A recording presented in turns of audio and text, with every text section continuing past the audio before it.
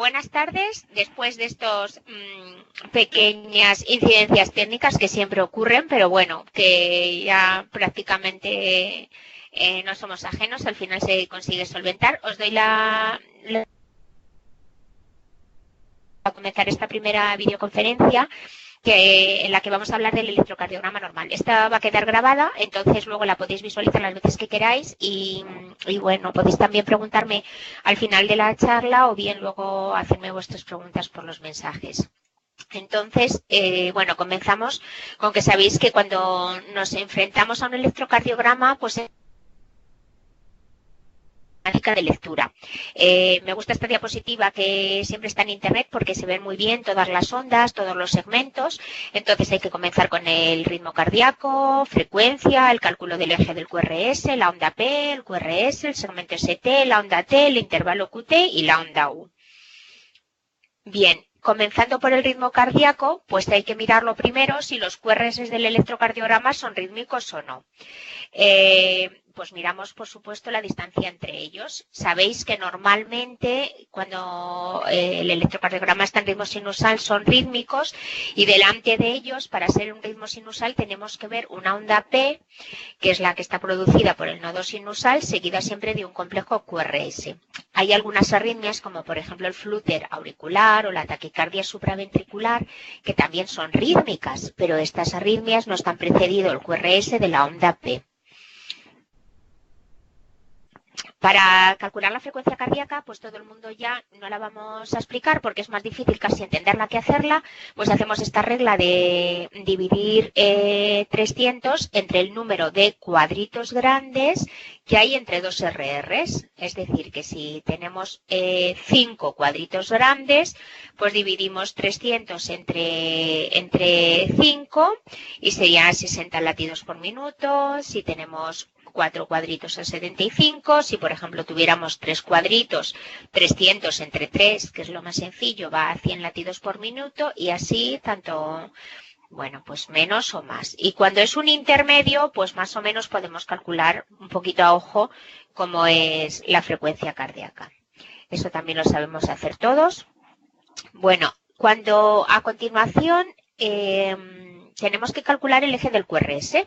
La verdad es que, como yo digo, el QRS, explicar cómo se calcula el eje a veces es mucho más difícil explicarlo que verlo, que verlo o que saberlo hacer.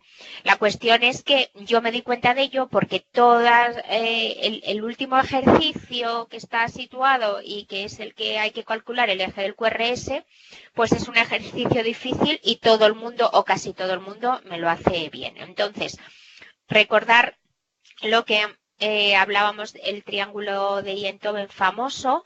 Estamos mirando a la persona enfrente, entonces esto es brazo izquierdo, brazo derecho y pierna. Acordaros que en la derivación 1 el brazo izquierdo es positivo, derecho negativo, en la derivación 2 brazo derecho negativo positivo y en la derivación de 3 pues positivo y negativo.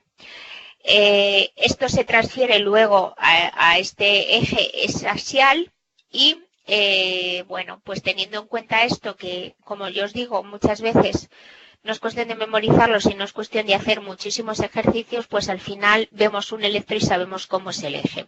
Sabéis que el eje de un adulto normal está situado entre 0 y 90 grados, que todo lo que sea hacia arriba, pues es la desviación a la izquierda del eje, ¿vale? Y que todo lo que sea más ahí de 90 grados, pues es desviación a la derecha del eje.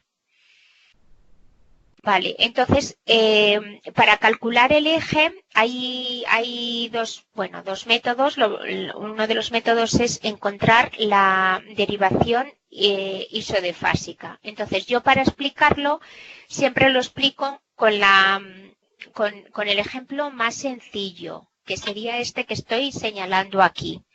Y es suponiendo isodifásica o viendo que la isodifásica es en D1. Entonces, cuando nosotros encontramos la isodifásica en D1, esto significa que el eje está perpendicular a D1. Entonces, perpendicular a D1 tenemos esta perpendicular que estoy señalando aquí, entre menos 90 y más 90. Entonces, para saber hacia dónde va, lo que hacemos es mirar en AVF. Como en AVF es positivo, muy positivo, pues entonces el eje irá hacia más 90. Es decir, vuelvo a repetir, primero buscamos la isodifásica, de la derivación en la que es más isodifásica, entonces sería perpendicular a esa derivación y luego para ver si va hacia un lado o hacia otro, pues miramos en AVF y si en AVF es, como sabemos, hacia abajo, pues es positivo, pues entonces sería a más 90, ¿vale? A ver, pues lo que digo, que visto así, si hacemos ejercicios, hay aquí un ejemplo de cada. Vosotros en casa con esta diapositiva podéis pararla y podéis repasar todos y así pues poco a poco vais haciendo ejercicios, ¿no? Por ejemplo, una cosa que os voy a explicar luego muchas veces cuando hablo de las taquicardias y demás es que el eje normal, que es el que está situado entre 0 y 90 grados, siempre en D1 es positivo, ¿vale? O sea que el 95% de las personas tienen en D1 un QRS positivo. Y cuando en D1, como en este caso, el QRS es negativo, pues significa que está situado en este hemicuadrante, en el hemicuadrante que digamos está comprendido entre más este de la derecha, el de más 90, más 180. Entonces, por ejemplo, bueno, pues esto también es un punto de referencia pues para saber calcular ejes diferentes. Bueno, vamos a calcular, por ejemplo, en este caso, en el que no hay método isodifásico, sino que lo que hay pues es mirando las derivaciones. Entonces, por ejemplo, como os he dicho, nosotros vemos que en 1 es positivo. Entonces, si en 1 es positivo, pues quiere decir que ya el eje tiene que estar en este hemicampo, ¿vale? ¿Por qué? Porque si os acordáis del triángulo de Einthoven, que va así, para que sea positivo, tiene que estar aquí, en el brazo izquierdo. Entonces, como es positivo, pues ya el eje tiene que estar situado en este hemicampo. Y ahora decimos, bueno, pero dentro de este hemicampo, ¿qué será? ¿Entre 0 y 90 o entre 0 y menos 90? Pues miramos en AVF. Y como en AVF es negativo, quiere decir que estará situado entre 0 y menos 90. Este es el típico eje a la izquierda. En esta diapositiva, pues vuelve a remarcar cómo se hace el eje. Y lo que os digo, contado así, pues probablemente sea difícil, pero bueno, haciendo distintos ejercicios, seguramente pues podréis dominar la técnica de calcular el eje cardíaco. Bien, en este, por ejemplo, este es un ejemplo, ¿de acuerdo? Para calcular rápidamente el eje. Pues primero miro en D1. Entonces, en D1 el QRS es muy positivo. Entonces ya tenemos que estar situado en ese hemicampo derecho que decimos entre 0 y más 90 o entre 0 y menos 90. Miramos en AVF y como en AVF es positivo, pues este eje está situado entre 0 y 90 grados, es decir, es un eje normal. Que luego ya queremos precisar hacia dónde es, pues podemos utilizar, por ejemplo, que la isodifásica es D3, entonces sería perpendicular a D3. Podemos calcular, por ejemplo, pues que estaría en torno pues a más 30 o entre más 30 y más 60, más o menos. Si tenéis alguna duda, pues nada, me volvéis a preguntar y lo intentamos volver a explicar en la siguiente clase. A continuación del eje, pues tenemos que ver la onda P y el intervalo PR. Pues sabemos que la onda P es menor de 0,10 segundos. Sabéis que los cuadritos chiquititos son 0,04 segundos, por lo cual 0,10 segundos son 2 cuadritos y medio. E igualmente, el voltaje máximo también tiene que ser de 2,5 cuadritos de alto. En todas las derivaciones la P es positiva, excepto en AVR, que es negativa, o en V1, que puede ser isodifásica. El intervalo PR se mide desde el inicio de la onda P hasta el inicio de la onda Q si hubiera o de la onda R y tiene que estar comprendido entre 0,12 y 0,20 segundos. Con la edad, el intervalo PR va aumentando un poquito y en los mayores de 70 años se considera normal hasta 0,22 segundos. Y también en los niños, aunque sea un poquito más corto, pues también de 0,12 se considera que es normal. Bien, el complejo QRS pues está formado por un conjunto de ondas que representan la despolarización de los ventrículos. Entonces, no suele medir como mucho cuadritos y medio, 10 segundos. Y derrama cuando llega a 0,12, que serían 3 cuadritos. Entonces, dependiendo de la derivación, el complejo QRS pues va a tener distintas morfologías. O bien, por ejemplo, una morfología RS, como ocurre en V1, o bien, por ejemplo, puede tener una morfología de una QR, pequeñita a veces es normal. Aquí esta Q es más profunda, también es QR. Esto es un infarto y bueno, dependiendo de la derivación, pues hay distintas morfologías y bueno, lo llamamos de distinta forma. Bueno, recordar que si en un complejo QRS hay una mínima onda positiva inicial, por muy pequeña que sea, ya será que, por ejemplo, allá en este caso, imaginaros una pequeñísima R, pues eso ya será una onda R. Y la onda negativa que le sigue es una onda S, no es una onda Q. Y a veces confundir esto pues es un error frecuente cuando hay una pequeñísima onda R inicial. Bien, a continuación, mirad, esto lo hago yo para explicar los bloqueos. Explico pues normalmente en la clase, bueno, en un curso de electrocardiografía que doy ya a los residentes y llevo como 8 años, ya llevamos dando este mismo curso en el hospital, pues siempre cuando yo empiezo a explicarles los bloqueos de rama, que siempre es una cosa que se atraviesa a todo el mundo, no sé, bueno, no sé por qué, que parece que lo entienden todos bien cuando lo explico, o yo me explico bien y me parece que lo han explicado, pero luego cuando les vuelvo a preguntar, pues no acaban de tener el concepto de bloqueo de rama derecha, bloqueo de rama izquierda. Pues yo lo primero que les digo es dibujar en un papel cómo es la morfología del QRS en las derivaciones precordiales normales. ¿Vale? Es decir, cojo y pongo V1, V2, V3, V4, V5 y V6.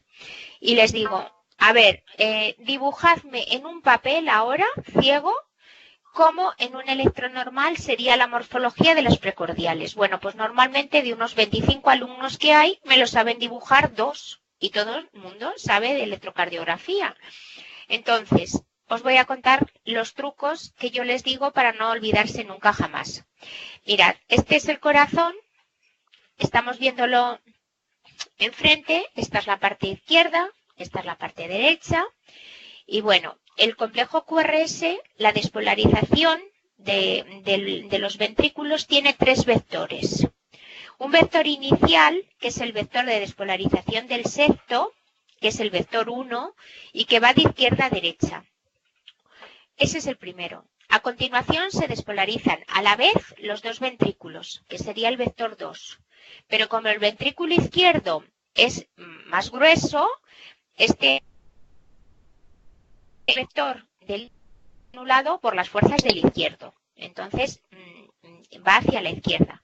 Y finalmente se despolarizan las bases de los ventrículos. ¿De acuerdo? Bueno, pues imaginaros que estoy haciendo un electrocardiograma a un paciente, entonces le he colocado aquí V1, V2, V3, V4 en los espacios intercostales correspondientes, así hasta V6. Bueno, pues si yo estoy en la precordial, que es derecha, digamos, las precordiales derechas, pues en V1 lo que primeramente veo es que me viene hacia mí el vector de la despolarización del tabique. Y entonces este vector corresponde a esta pequeña R que se ve en V1. A continuación, como se despolarizan los ventrículos y tiene más fuerza el ventrículo, parece una onda S muy profunda. Y entonces esto es un complejo RS en V1. Y luego la despolarización de las bases queda aquí enmascarada. Con lo cual, en V1, la morfología de la precordial es RS, R chiquitita, S grande. Si nos ponemos en V2 y en V3, la R va creciendo y la S va haciéndose más pequeña, como se ve aquí. Y ya, cuando pasamos a V4, que serían V4, V5, V6, vamos a imaginarnos que estamos en V6, que estamos desde somos la pegatina de V6, estoy aquí, pues lo primero que vemos es la despolarización del tabique y como se aleja de mí, hay lo que yo he bautizado ya para siempre como una mini Q, que esto a casi todo el mundo no lo ve o no lo sabe. En el complejo normal tendría que haber una mini Q que no es patológica, que corresponde a la despolarización del tabique. Luego ya sigue una R muy grande, que es la despolarización del ventrículo izquierdo, de la suma de los ventrículos, pero que predomina el izquierdo. Y luego finalmente hay una pequeña S, que es la despolarización de las bases. Es decir, que en V6 sería mini Q, R grande y S, ¿vale? Y en V5 sería parecido y en V4 pues la R más pequeña.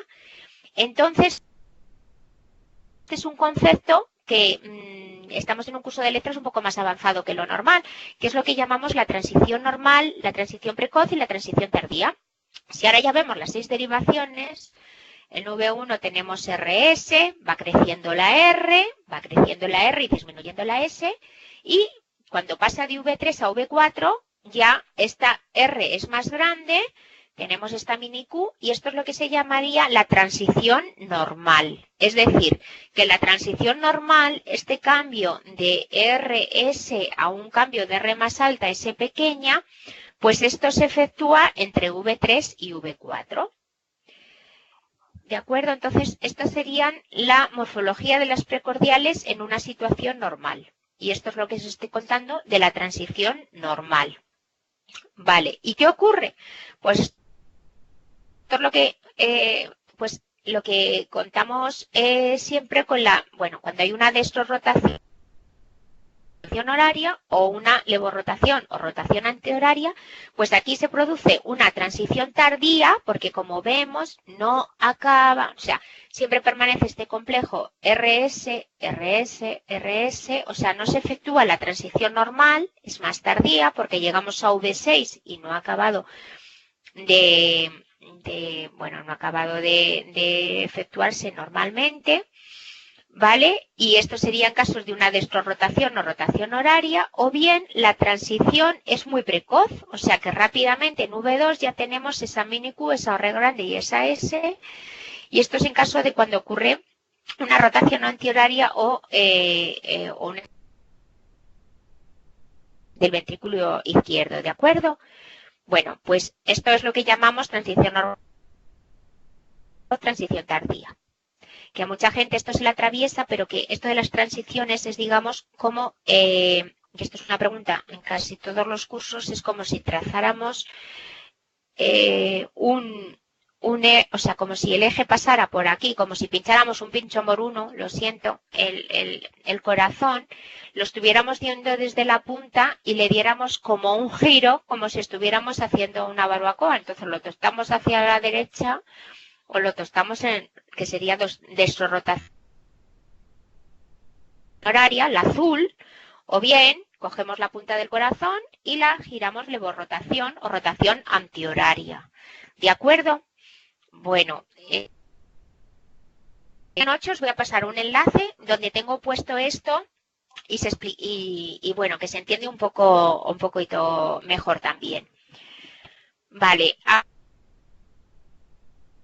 pues ya hemos hablado de cómo sería el QRS, pues por ejemplo aquí, ¿no? En este electro que vemos aquí, pues vemos que si vemos las derivaciones precordiales empezaría con una RS, una RS, una RS, aquí subiría un poco más, bueno, la verdad aquí la transición es un poquito más tardía y esto se considera también normal cuando no existe una mini Q, estrictamente tendría que existir una mini Q, pero también esto se considera normal. Hablando de la onda T también es una onda T que es positiva en todas las derivaciones, pero en AVR es negativa. Y también, por ejemplo, en D3 la onda puede ser también negativa y no pasa nada, es una variante de la normalidad. Y luego el segmento ST, pues normalmente es isoeléctrico y va desde el final del QRS hasta el inicio de la onda T. Bueno, el intervalo QT, pues es este intervalo que ya todos los electros que se hacen, pues, bueno, como están informatizados, te dan las dimensiones del QT corregido, porque tiene que ser el intervalo QT corregido para la frecuencia. Pero, no obstante, en esta diapositiva que pongo aquí, pues hay un ejemplo de cómo se haría con una regla el intervalo QT siguiendo esta fórmula que ya, bueno, que es la que se utiliza para ver el intervalo QT corregido. ¿De acuerdo? Bien. Entonces, en este caso, por ejemplo, la sistemática de lectura del electrocardiograma normal, por ejemplo, si tenemos este electro, pues nosotros vemos que este es rítmico, ¿de acuerdo? Que estaría a unos 100 latidos por minuto, ¿vale? Que tiene un eje que si en uno es positivo y en AVF es positivo, es un eje normal, entre 0 y 90 grados, un eje izquierdo normal, que luego vemos las derivaciones precordiales, el complejo QRS es estrechito, no mide más de 0,12 segundos, que va aumentando RS, RS, RS y que aquí se efectúa la transición mini QRS, mini QRS, mini Q. La transición es normal entre V3 y V4 y que, bueno, las ondas T también son positivas en todas las derivaciones excepto en AVR, las ondas P, bueno, que no me las he saltado antes, el PR y el P también es normal y este es un ejemplo de un electro normal. Hay también lo que se llaman variantes electrocardiográficas de la normalidad. Dentro de lo que es el ritmo, pues la variante más conocida es la llamada arritmia sinusal, que ya la conocéis, que es muy típica, es muy evidente en gente joven y en niños, y es que la frecuencia cardíaca va aumentando o disminuyendo con la respiración. Entonces se produce una taquicardia durante la inspiración y se produce una bradicardia durante la expiración. Entonces esto, si hacemos una tira larga, pues vemos estas variaciones de los RR. Pero lo que sí observamos es que delante de cada complejo QRS hay una onda P. Por lo tanto, es una variante de un ritmo sinusal, que es la arritmia sinusal. También hay ciertas variantes que son las desviaciones del eje, que pueden ser un eje a la izquierda, un eje a la derecha. Entonces, cuando tenemos una desviación del eje a la izquierda, pues esto, aparte de existir en distintas patologías, se ve en el hemibloqueo anterior izquierdo o en el bloqueo de la subdivisión anterior de rama izquierda, en que existe una desviación del eje a la izquierda superior a menos 30 grados. Y la desviación del eje a la derecha, es decir, un eje más a la derecha de 90 grados, a más 120, pues esto se puede observar en corazones verticalizados o en individuos con hábito asténico, con anomalías torácicas. En lactantes y los niños también está desviado un poco el eje a la derecha debido a que predomina todavía el ventrículo derecho, y luego también lo vemos en distintas patologías. también la desviación del eje a la derecha, por ejemplo, con un QRS normal se puede ver en el bloqueo de la subdivisión posterior de rama izquierda, que es raro verlo, pero se caracteriza solo prácticamente por una desviación del eje a la derecha. Vale, dentro del bloqueo AV del primer grado, bueno, tenemos aquí este ejemplo, que sabemos que es el PR largo. Lo tengo también como una variante de la normalidad, porque esto es muy frecuente también verlo en personas jóvenes, y en principio, si la persona está sintomática, pues tampoco... O sea, a veces los cardiólogos recibimos pues en la consulta pacientes que son enviados por el médico de atención primaria que dice PR largo. Bueno, pues si es PR largo, en este caso es un PR muy largo. Pues no sé cuánto era, lo pone por aquí, 355, es decir, casi el doble de lo que es normal. Bueno, el paciente está asintomático y es una persona joven, no se hace nada. Si, por ejemplo, fuera una persona mayor, una persona adulta, anciana, pues pues esto puede estar dándonos alerta de que existen otros bloqueos AVs de mayor grado, ¿no? Y si se acompaña de síntomas, pues es sencillamente pues estar alerta y pedir alguna prueba correspondiente, o si está sintomático, pues comentarle al paciente que si tiene algún signo de mareo, pues o síncope, hay que ir a la urgencia. Bien, bueno, lo que decimos es que cuando vemos el complejo en esto de las características de la onda Q normal, cuando vemos los complejos QRS, no todas las ondas Q que vemos son patológicas, ¿vale? Entonces, una onda Q que sea normal es aquella que es estrecha, profunda y que no supera el 25% del QRS. Entonces, saber que una onda Q aislada relativamente profunda, como hemos visto en el ejemplo anterior, en D3 es normal, o sea, una onda solo Q profunda en D3, ¿vale? Y también dice que un QS en AVL pues también es normal en corazones verticalizados, ¿de acuerdo? O sea que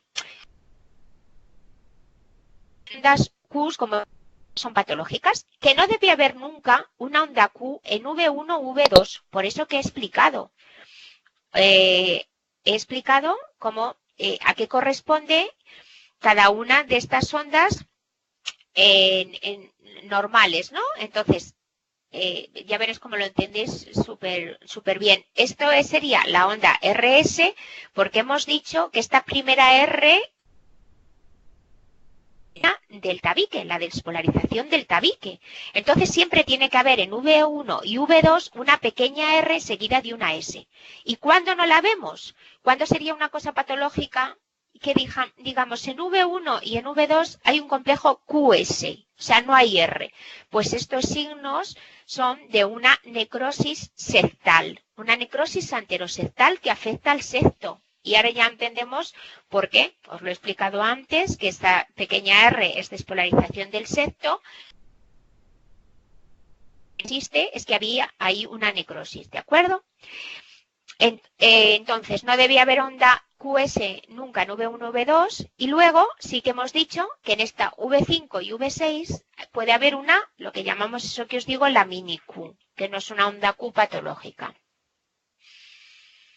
Vale, luego tenemos el concepto de repolarización precoz, que es está muy de moda y que es eso que se ve en los jóvenes, en los deportistas, y es que el segmento ST está elevado respecto a la línea isoeléctrica basal, ¿de acuerdo? Entonces, este complejo, este ST así elevado, pues es frecuente verlo en algunos jóvenes adultos, en algunos deportistas. No tiene por qué tener ninguna significación. Últimamente se hablaba de que esto estaba asociado con muerte súbita y se creó una gran alarma, porque entonces esta alarma, imaginaros lo que es cuando corregimos a lo mejor electros preoperatorios de chicos y adultos jóvenes, pues yo que sé, que vienen a intervenirse de rodilla, vamos a poner, o de algo, y vemos patrón de repolarización precoz, que lo informamos así, crearía una gran alarma. Entonces, bueno, pues ya se han hecho estudios en los que se ha visto que a no ser que antecedente pues de muerte súbita o de alguna otra arritmia, pues este en principio no necesita más estudios, ¿de acuerdo? Y luego también os quería llamar la atención, porque esto es muy bonito, la repolarización precoz y el deportista. Bueno, deciros que el deporte en sí modifica un poco las características estructurales del corazón. El deportista de élite estamos hablando, los maratonianos, los que hacen bicicleta, deportistas bueno, muy entrenados. Entonces sí que modifica un poco las características estructurales del corazón en el sentido de aumentarles un poco el ventrículo en diástole. Luego se hipertrofian, pero no tanto como para dar alteraciones en el electro. Y lo que siempre es lo que os quiero decir es que no tiene por qué haber en un deportista alteraciones de la repolarización en lo que es la onda T. O sea, que las ondas, aunque sea de élite, también tiene que ser una onda T positiva, ¿de acuerdo? Y cuando vemos otro tipo de ondas, pues hay que sospechar una miocardiopatía incipiente y descartar miocardiopatía hipertrófica, porque estas ondas, por muy deportista que seas, no tienen que ser test negativas.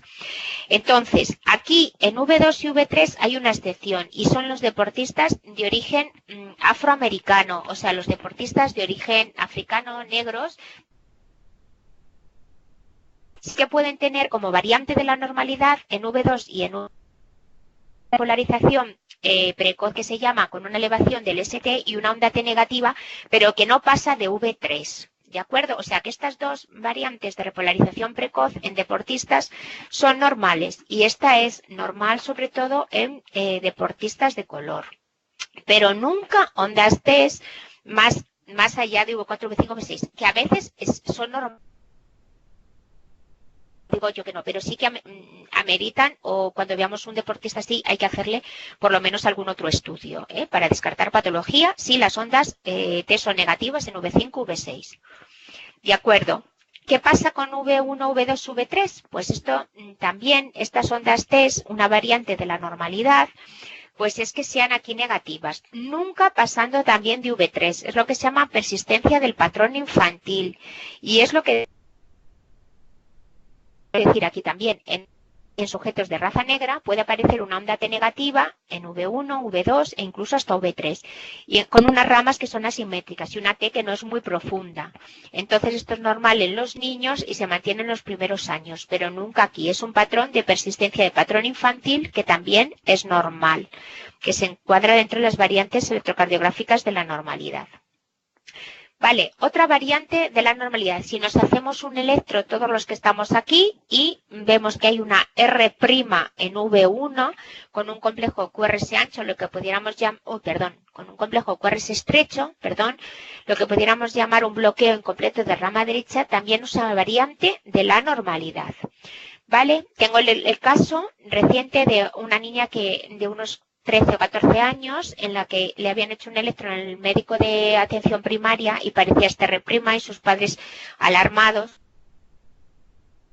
al cardiólogo, y entonces, bueno, lo primero que hacemos es hacer un electro, y cuando veo que el electro en nuestra consulta es absolutamente normal. ¿Por qué? Porque ocasionalmente desaparece simplemente bajando los electrodos de las derivaciones V1 y V2, 1-2 espacios intercostales. O sea que en el médico de atención primaria les habían puesto los electrodos V1 y V2 un poquito altos, y cuando nosotros ya fue a nuestra consulta se pusieron un poquito más bajos y ya no existía este patrón, ¿vale? También variante de la normalidad. Bien, la onda U, pues es una onda U que tiene un significado incierto, que, bueno, se nos pasa a ver, es verla, o se nos pasa comentarla porque pasa muy desapercibida. Entonces, en algunos casos de patología, pues hay una onda U, como puede ser insuficiencia aórtica, prolapso mitral, hipertrofia ventricular izquierda, ¿de acuerdo? Pero sobre todo, esta onda U es muy evidente a medida que, bueno, con alteraciones del potasio, ¿no? A medida que hay más hipopotasemia, pues esta onda U es más prominente. Entonces, esto es lo que he querido poner aquí, pues para ver que está asociada la onda U con la hipopotasemia.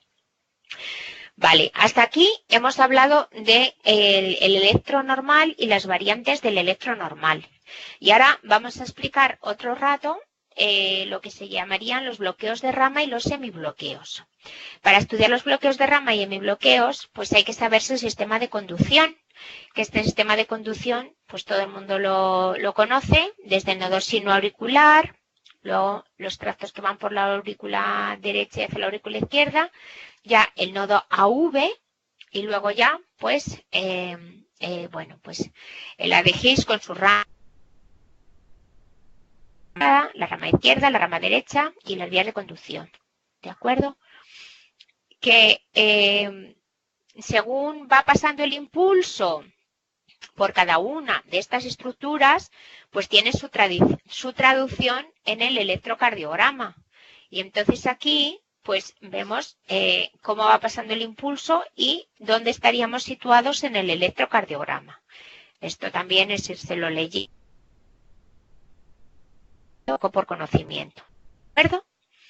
Entonces, a continuación, pues ya vuelvo a tener otra diapositiva que es la misma que os expliqué y que digo que yo explico para volver a explicar los bloqueos de rama, que es los vectores de la activación ventricular normal. Que esta clase fundamentalmente lo repito mucho y luego en otras clases también los vuelvo a decir, ya lo veréis. Y esto sería un electro normal, donde estamos diciendo eso de RS, R que va creciendo, S más pequeña, transición normal, y esto sería lo normal. Bueno, pues ahora ya pasamos al bloqueo de rama derecha. En el bloqueo de rama derecha está bloqueada la rama derecha, entonces el impulso viene por la izquierda y de la izquierda pues pasa a la derecha. Entonces, para empezar, en los bloqueos completos de rama, la duración del QRS es que no se despolarizan los ventrículos a la vez. Y la particularidad que tiene el bloqueo de rama derecha es que el impulso, la despolarización, el vector 1, que se inicia el del tabique, este se mantiene. Entonces, la primera parte del complejo QRS, tanto en V1 como en V6, se mantiene, porque es la despolarización del tabique. ¿De acuerdo? O sea que esta primera parte, si no viéramos esta onda de aquí, esta segunda onda, pues es igual que la normal. Y lo que se ve es que este complejo QRS que está ensanchado, que al final, como se tiene que activar el ventrículo derecho, pues es esta R segunda que tenemos en V1 o que en V6 es una S muy profunda. Con lo cual todo el mundo sabe que el bloqueo de rama derecha se caracteriza por R pequeña, S y R segunda. O bien, mini Q normal, R y luego una S profunda y ancha. Y esto es el bloqueo de rama derecha. Y lo que os quería yo decir, que es lo que me dicen algunos de los residentes, es que Ana, cada paciente tiene bloqueo de rama derecha, rama izquierda igual. No. Vemos 50 pacientes con bloqueo de rama derecha y en todos ellos podemos distinguir esta misma morfología de segunda R, RS, R', o bien, bueno, mini Q o no, pero una R y una S profunda en V. ¿De acuerdo? Y todo lo demás que por el medio, que a veces empieza, no, la melladura, no, esa especie de V que hay ahí, bueno, pues nos olvidamos de ella. El bloqueo de rama derecha es tan fácil que con mirar V1 y V6, olvidándonos del resto de las derivaciones, pues ya sabemos distinguirlo. Y entonces, bueno, pues no me aprendo las largas listas que te aparecen en los libros clásicos de electrocardiografía con las características de los bloqueos. Entonces, en este, por ejemplo, de rama derecha, te está diciendo que el QRS es ancho, como hemos dicho, que esta morfología, que a mí no me gusta ponerla en M, en V1 y V2, bueno, si lo entendéis así, es la RS, RB segunda, que el eje eléctrico del eje, yo esto no, que siempre es derecho, con lo cual está aquí, pero no tiene por qué. En un bloqueo de rama derecha puede haber un eje izquierdo normal y que puede verse en personas sanas, lo que hemos dicho de que si es incompleto con un bloqueo incompleto de rama derecha, y que también es muy típico también de la hipertrofia ventricular derecha, el EPOC, el cor pulmonale, o sea, patologías derechas y la comunicación interauricular cuando tenemos un niño, un joven, porque a veces la CIA pasa desapercibida mucho tiempo porque la sobrecarga es izquierda-derecha y el corazón aguanta, pues yo he visto en el diagnóstico, pues electros en niños, vamos a poner un niño de 5 años que ha pasado desapercibida esa CIA y que se ve con un complejo de bloqueo de rama derecha. Típico comunicación interauricular, un bloqueo de rama derecha, ¿de acuerdo? Bien. Bueno, pues otro ejemplo. Es lo mismo. Si nos fijamos en V1, pues tenemos una R pequeña, una S pequeña y luego otra R segunda, que es la R'. Y si nos fijamos aquí, pues como veis, es que no me estoy inventando nada. La mini Q de V6, la R grande y luego una S grande. Concretamente, esto va a tener un eje a la derecha, ¿vale? Y va a estar asociado con otra cosa, entonces es un poco diferente. Pero luego lo que os digo, estas melladuras que por aquí por el medio de estos complejos, pues yo viendo esto y viendo esto ya sé diagnosticar un bloqueo de rama derecha. Y el siguiente caso que os pongo también es un caso muy, muy bonito porque si yo ahora lanzo una pregunta, si pudierais hablar o si contestarais y os digo, ¿qué es esto? Bueno, pues todo el mundo dice, pues sí, está el segmento ST. Sí, vaya, parece que estamos ante un infarto. De acuerdo, y luego ya me dicen, sí, pero aquí también hay una Q. Bueno, este infarto es de 12 horas de evolución, ¿vale? Porque ya se han desarrollado ondas Q. De acuerdo, tenemos una elevación que persiste del ST y estamos en una fase de 12 horas porque ya ha desarrollado una onda Q. ¿Pero qué falta aquí?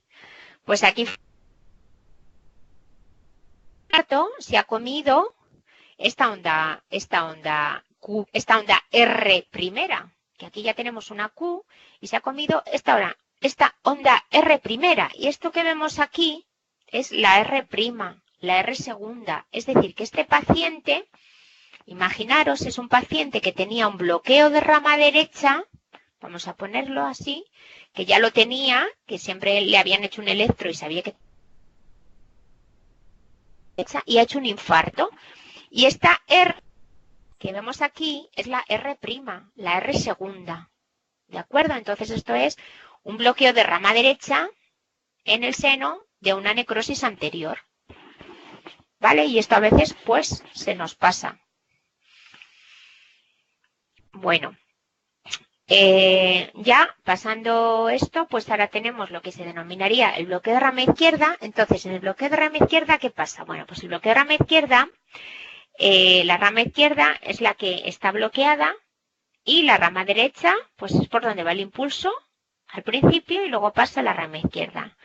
Entonces, ¿qué ocurre? Que aquí ya no está la despolarización del tabique o del septo, el vector 1, que teníamos en el electro normal. O sea, ya aquí desde el principio la despolarización está alterada, con lo cual el QRS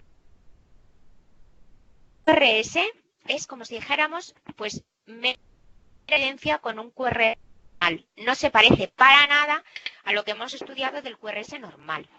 Y si tenéis memoria fotográfica o memoria un poco, digamos, visual, pues no hay mejor forma de aprenderse el bloqueo de rama izquierda como una especie de casita, que aquí no hay ni Q ni nada, una especie de complejo ancho en forma de casita, en forma de M. No hay mini Q aquí y que es igual en V5, V6, 1 y AVL.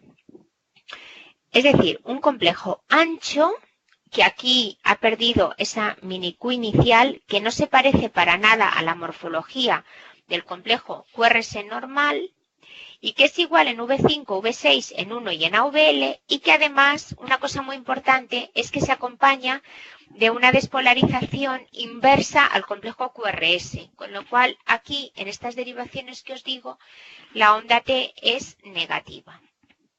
¿De acuerdo? Es onda T negativa. Y si ahora miráis muchos ejemplos de bloqueo de rama izquierda, veis que en todos coincide esta morfología. Por ejemplo, en este ejemplo que tenemos aquí, os he puesto el electro normal para que veáis qué diferente es de un electro normal. Pues si nos fijamos aquí, V5 V5, V6, 1 y AVL. Un complejo ancho, una morfología como, bueno, de casa sentada, así en una onda Q aquí previa, ancha, puede mellada, M, W, me da lo mismo, no es tan importante eso, sino esta morfología así ancha y como quebrada por arriba, que se ve igual en 1 en AVL, como si fuera la misma derivación, con ondas T totalmente diferentes a lo complejo normal, porque son ondas T negativas. Y todo esto son, eso que digo, esas largas listas en los libros y que a veces son bastante difíciles de aprender de memoria y luego de llevar, con lo cual, pues a veces una imagen vale más que 1000 palabras y ver un electro y saber verlo así, pues ya veréis como con el paso de ver ejercicios lo podéis identificar. Aquí tenemos otro. Este es un electro, un paciente que tenía una miopatía dilatada y nos volvemos a fijar en lo mismo. V5, vale, que me decís, es que mira, ves Ana, aquí hay una M que parece más grande. Bueno, pero básicamente V6 es esta morfología, lo que yo llamo esta casita, en 1 y en AVL es lo mismo, ancho, sin estar precedido de ninguna onda y con la repetición negativa. Y de tal forma, una diapositiva no me la he inventado, pero es exactamente cómo sería, solo mirando en V1 y en V6, como es un complejo normal, un electro normal, como hemos hablado, un electro con el bloqueo de rama derecha, con esa R' después de la S, en V1 y en V6 una S muy profunda. Y que la primera parte, en el bloqueo de rama derecha, si aquí tapáramos con un papel, pues es como si fuera exactamente igual a lo normal. Y mientras que ya en el bloqueo de rama izquierda, pues tenemos en V6 la casita, que llamo yo, la casita aquí asentada, con su base ancha, un poquito más estrecha arriba, que es verdad que en V1 es esto invertido, igual pero invertida, que esto se correspondería igual a 1 y a VL, y aquí con ondas T negativas. Bueno, a continuación del bloqueo de rama derecha y del bloqueo de rama izquierda, pues ya tenemos que pasar a los hemibloqueos. Y dentro de los hemibloqueos, pues tenemos el hemibloqueo anterior izquierdo, que también se llama bloqueo de la subdivisión anterior de rama izquierda, que normalmente estos hemibloqueos menor de 0,2, de 3 cuadritos, y que en el hemibloqueo anterior de izquierdo, pues también hay una lista de ítems, pero que casi todos, bueno, a mí ya me habéis convencido que la regla mnemotécnica, esta que sabemos todos, es la que nos sirve para identificar el hemibloqueo anterior izquierdo. Entonces, os cuento. El hemibloqueo anterior izquierda, esa regla mnemotécnica es cómo está el complejo QRS en las derivaciones frontales, ¿no? Y todo el mundo sabe que la regla es PNN da P na. Entonces, P de positivo, N de negativo, N de negativo, da, porque da igual, P de positivo y N de negativo. Pero que en el fondo, ¿esto qué es lo que está traduciendo? Esto está traduciendo cómo serían las derivaciones frontales si el eje de esta persona fuera un eje extremadamente izquierdo. Entonces, si yo calculo el eje de este electro y veo que en 1 es positivo, ya sé que está en el hemicampo derecho. Me voy a VF. Y como es negativo, pues ya sé que está entre 0 y menos 90. ¿De acuerdo? Y cuando en AVR es más positivo, es que el eje es más hacia arriba, más hacia negativo, más hacia menos 100, a menos 120. Y aunque aquí fuera igual, que eso es lo que me preguntaron el otro día en el curso de electro, es decir, que aunque el eje fuera menos 30 podemos decir que es un bloqueo de la subdivisión anterior de rama izquierda? Bueno, normalmente el hemibloqueo anterior izquierdo es con un eje más negativo de menos 30, aunque a veces cuando es menos 30, pues también lo consideramos también un bloqueo de la subdivisión anterior de rama izquierda. Y cuanto más positiva AVR es, que lo normal es que sea negativa, más izquierdo es el eje y más posibilidades hay de un hemibloqueo anterior izquierdo. ¿Vale? Entonces, pues nada, yo creo que la regla mnemotécnica está muy bien, es válida en todos los casos, se entiende y por eso yo también la he pasado a utilizar como vosotros. Aunque yo antes, bueno, pues lo veía así, veía que era un eje izquierdo, miraba para VR, veía que era isodifásica o mayor y ya decía, pues nada, esto es un bloqueo de la subdivisión anterior de rama izquierda. Y los sucesivos ítems que estudias, pues es describir cómo van las derivaciones frontales en cada una de estas derivaciones. Y por ejemplo, este es uno de ellos. Dice, en 2, en 3 y en AVF tenemos una onda R seguida de una onda S profunda. Pero es que esto es lo normal, porque si no fuera 2, 3 y AVF un complejo RS profunda, este eje no estaría a la izquierda. O sea que para que un eje esté a la izquierda, en 2, 3 y AVF tiene que haber una pequeña R seguida de una S profunda. ¿De acuerdo? Y así va con todo. Y en AVR se registra una onda R terminal, pues normal, porque si estamos con un eje muy a la izquierda, si la R también, lo que hemos dicho, cuanto más positiva sea, más a la izquierda es. Y lo que os he dicho antes, que ya solemos decir que el eje está entre menos 45 y menos 75, aunque ya los ejes entre menos 30, en torno a menos 30, menos 45, también puede existir un bloqueo de la subdivisión anterior de rama izquierda. Y vuelve a ver aquí otro ejemplo.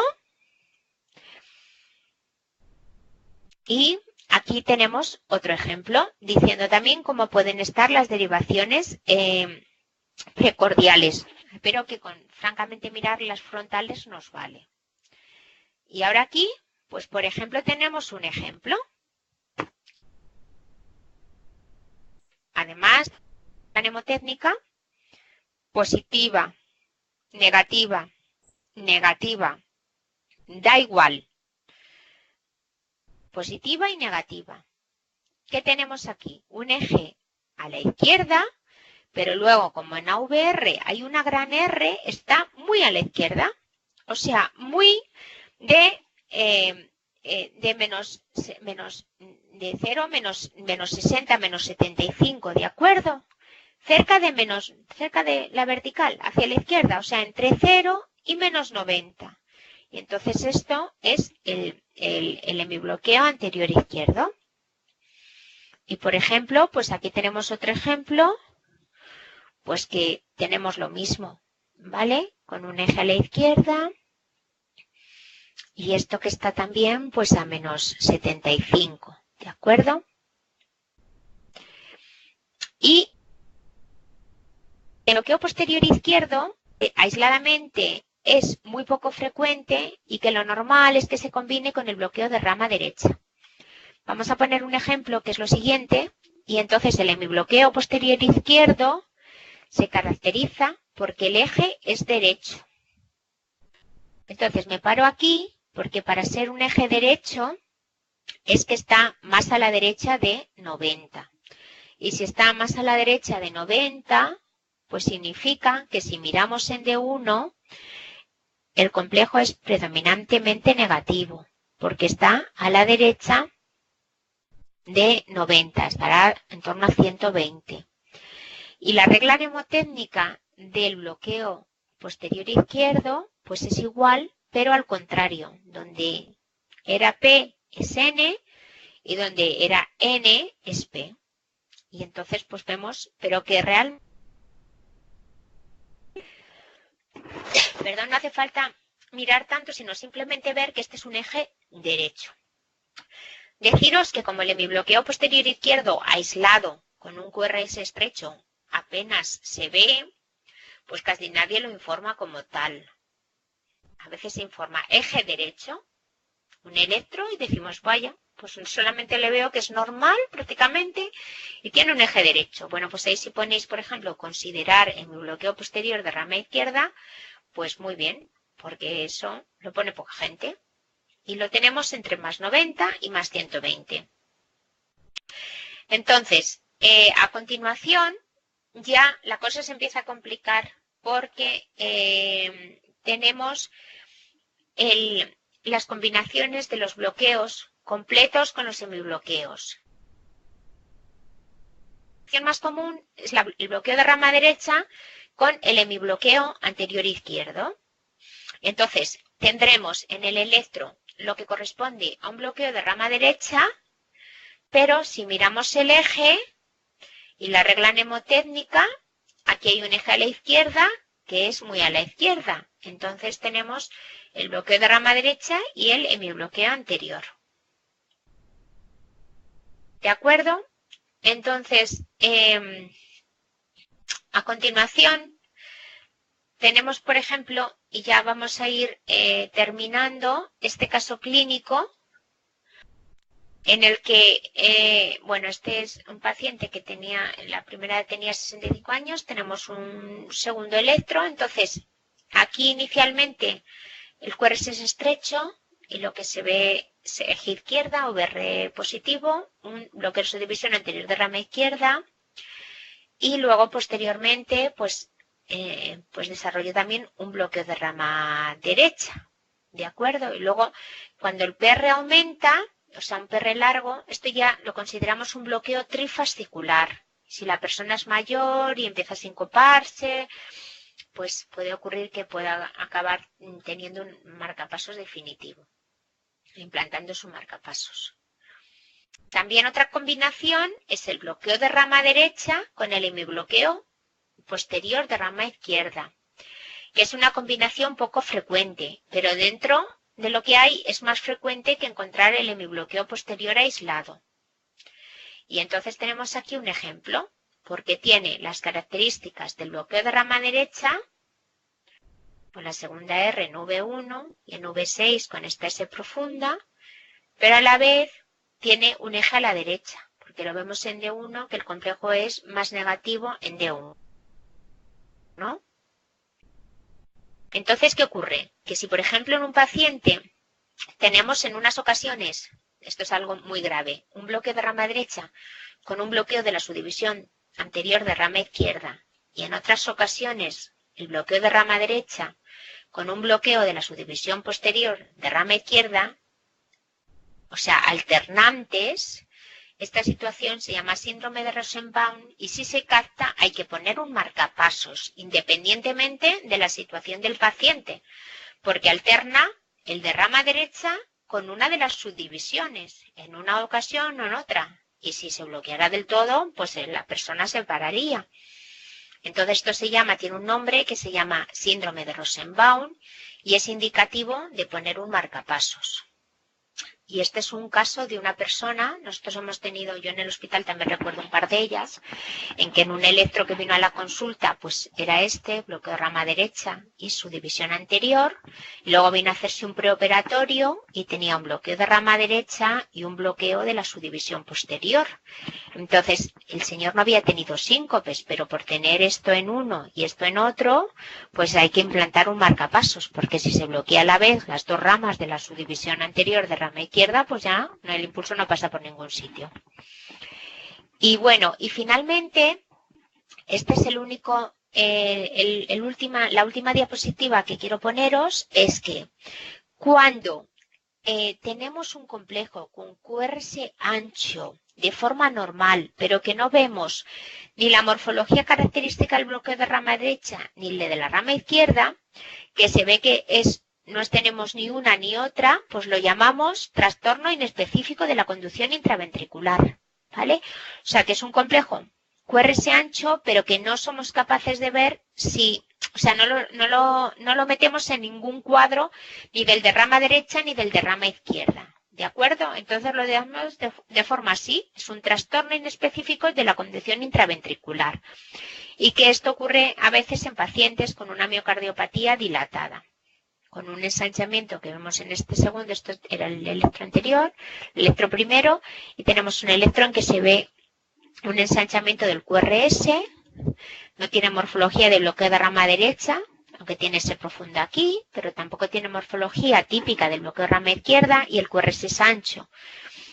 Tiene un eje a la izquierda normalmente, y esto es lo que se denomina trastorno inespecífico de la conducción intraventricular.